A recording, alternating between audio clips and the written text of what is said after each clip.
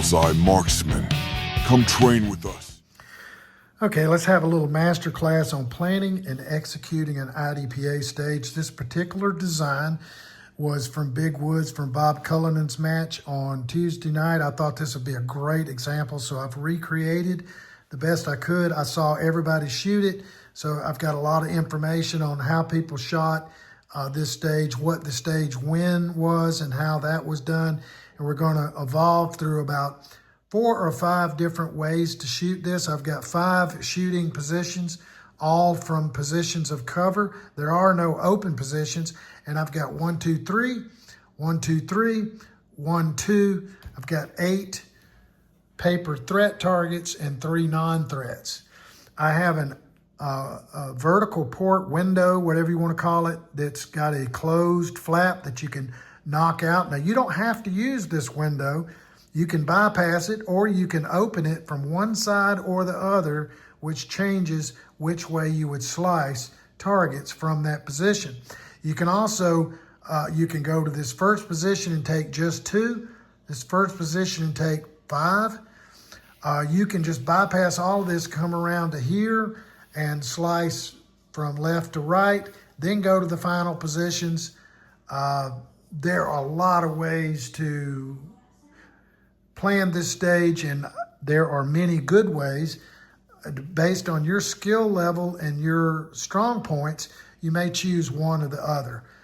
Very easy to get sucked into shooting it the way you see someone else shoot it, then your skill level is not quite able to move or pull off those tricks the same way. It could turn out poorly for you. But we're going to walk through those, and we're looking at this stage, and we're doing a stage briefing. We have about a minute or so to walk through this as a group and look at it and glance at the targets from every position. So we're going to go through that. Now, one really motivating factor here is that we often bet a chicken sandwich on the way home to whoever wins.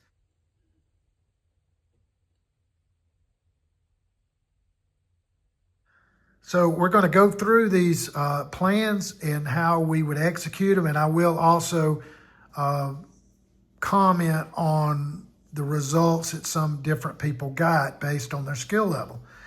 So if I go from the start, I'm loaded to division capacity for carry optics. That means that I had 11 in my gun, 1 in the chamber, but all 3 of my mags, the 1 in the gun and the 2 in my belt, all 3 had 10 rounds, 10, 10, 10.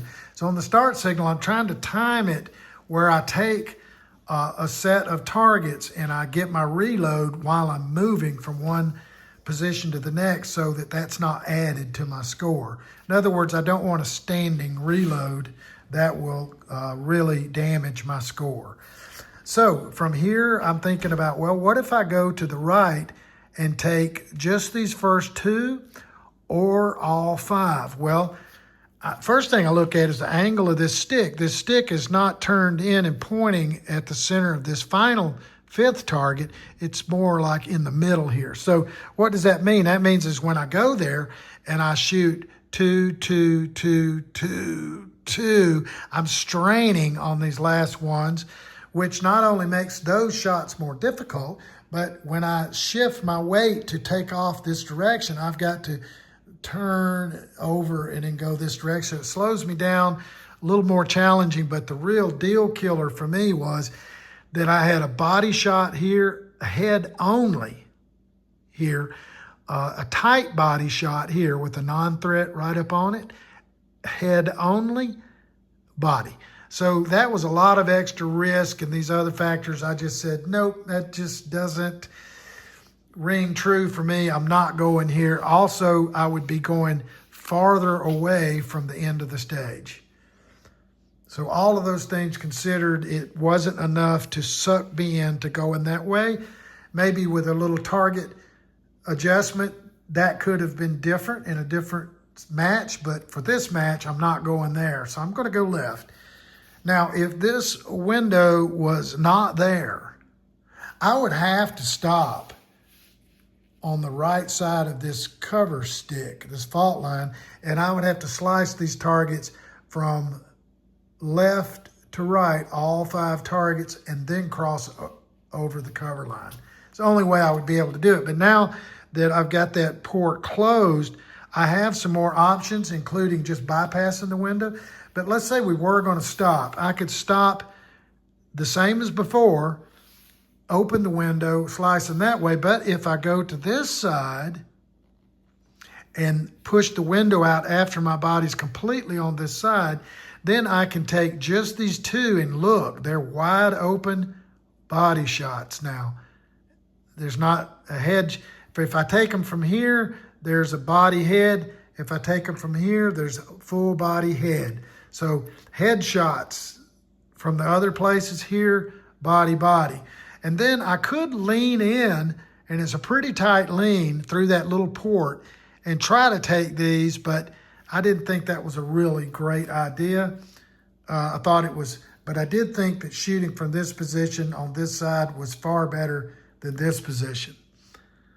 So we did have one person, based on their skill levels, didn't want to take those headshots, so they came in here, opened it, and took just these 2 full body shots, and then they ran and finished up at these 2 positions. Good plan, good plan. I would say it's almost the best plan. It's a safe plan.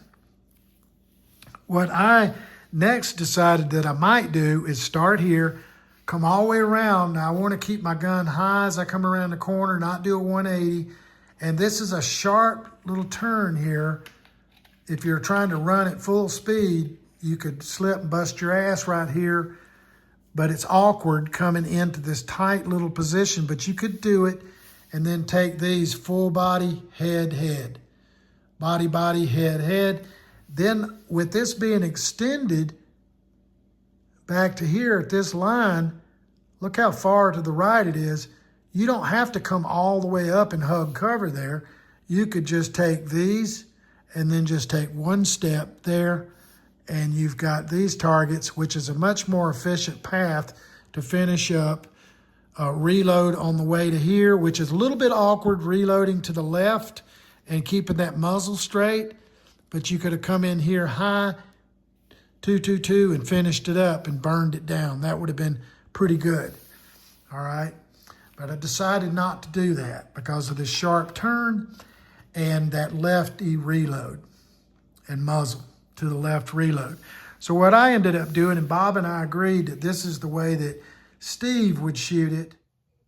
He's going to shoot more of a constantly moving, flowing plan, and he's willing to take risk and be further away if necessary. I thought that was also would be definitely the way Steve would shoot it, and definitely the way that we should shoot it. So start off here. I'm ready to take off to the left. I've got my hands touching, but I'm facing a little bit this way. My knees are bent. I'm ready to take off. I catch the beginning of the start signal, not the end of the start signal, the beginning to take off. And I just keep a straight line. Think of a straight line from here to here, a straight line. But what I'm doing is I'm thinking of this extended cover position that anywhere behind this line is legal for those 2 targets, body, head. So what I'm going to do is take off, and when I come around the corner, the plan is have my gun high so that I see this first body target as soon as possible, and then I'm getting my sights on the head, and then as I roll over or start to step on this line, I'm almost to that line, I sort of roll for stability out and take those 2 heads. 3 if I need it, but hopefully, in my case, I call 2 centered headshots. This is only about 7 yards. It's not that difficult. Plus, I've already got that momentum. I'm not stopping. I'm not technically having to stop and then get momentum again. So I came around here, rolled through the body and then the head back that way. I burned into here with the gun high. I didn't hug cover. I stayed extended and broke the edge, 222. Then I did staying away from, not too close to the wall, stayed away from the wall, went to the right, extended cover a little bit out at the end of the stick, and then I burned these last 2 down, took that reload off the clock. And even going slow and smooth. It was a 16-second zero down stage. So that was the stage win. I think you could have won the stage with this other position by hitting here and burning these down and taking off. But again, that stop and go doesn't work as good for me.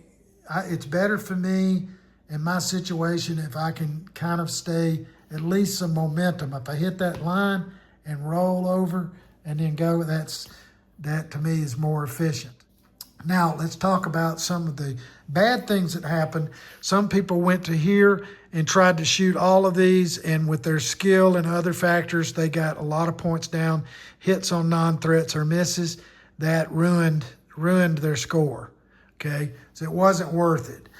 Some people came to here, one side or the other, and sliced the pie the wrong way and got a penalty, or they came around to here and then they sliced from the inside out, got a penalty, okay? One person tried to mimic the master plan, took off over here, and during this roll through, couldn't get on the head shots good enough and had to stop. And not only didn't get on the head shots really well, but missed. Two of them were below the neckline. One was in the head, one was a miss.